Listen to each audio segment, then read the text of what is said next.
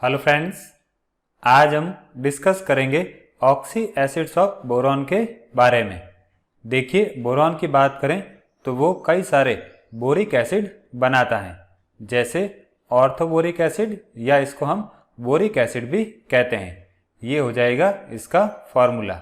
फिर नेक्स्ट हो जाएगा मेटाबोरिक एसिड, पायरोबोरिक एसिड और टेट्राबोरिक एसिड।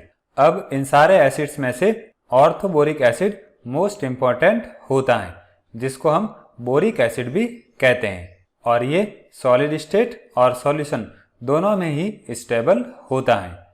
अब रिमेनिंग एसिड्स की बात करें तो वो सॉलिड स्टेट में तो स्टेबल होते हैं, लेकिन सॉल्यूशन में ऑर्थोबोरिक एसिड में चेंज हो जाते हैं। जैसे मेटाबोरिक एसिड वाटर के साथ रिएक्शन करके बोरिक एसिड बनाता है, इसी तरह से टेट्राबोरिक एसिड भी वाटर के साथ रिएक्शन करके बोरिक एसिड बनाता है। अब बात करते हैं बोरिक एसिड की। इसमें पहला पॉइंट हो जाएगा अकरेंस।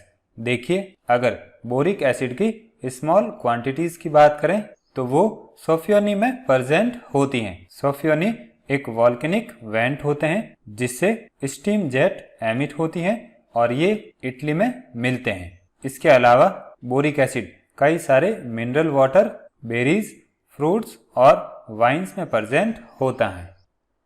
फिर बात करते हैं इसके एक्सट्रैक्शन की, तो इसको बोरेक्स और कॉल्मेनाइट मिनरल से एक्सट्रैक्ट किया जा सकता है। अब बात करते हैं बोरिक एसिड की प्रॉपर्टीज की। तो देखिए, बोरिक एसिड कोल्ड वाटर में स्लाइटली सॉल्युबल होता है, लेकिन हॉट वाटर में मोर सॉल्युबल होता है और वॉलेटाइल टू स्टीम होता है। मीन्स स्टीम की प्रेजेंस में ये ऑपरेट हो जाता है।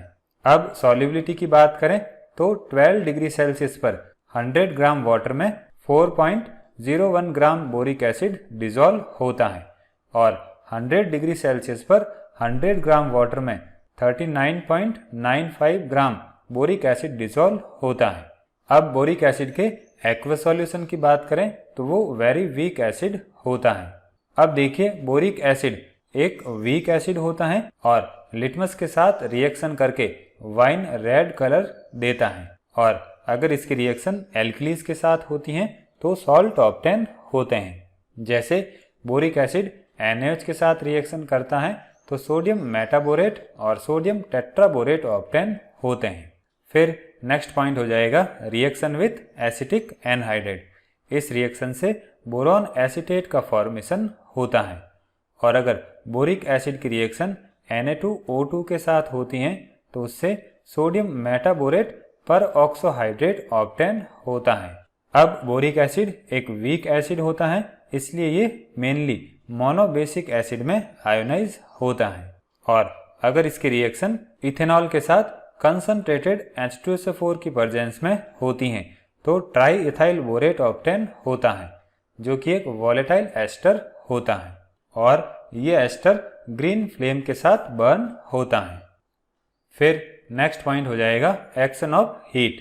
देखिए, अगर बोरिक एसिड को 100 डिग्री सेल्सियस पर हीट करते हैं तो मेटाबोरिक एसिड ऑब्टेन होता है।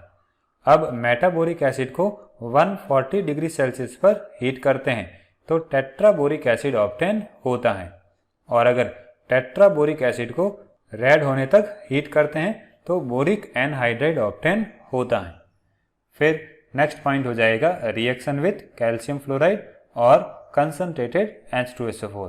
तो इससे कैल्शियम सल्फेट ऑब्टेन होता है, और अगर इसकी रिएक्शन सोडियम कार्बोनेट के साथ होती है तो बोरेक्स ऑब्टेन होता है।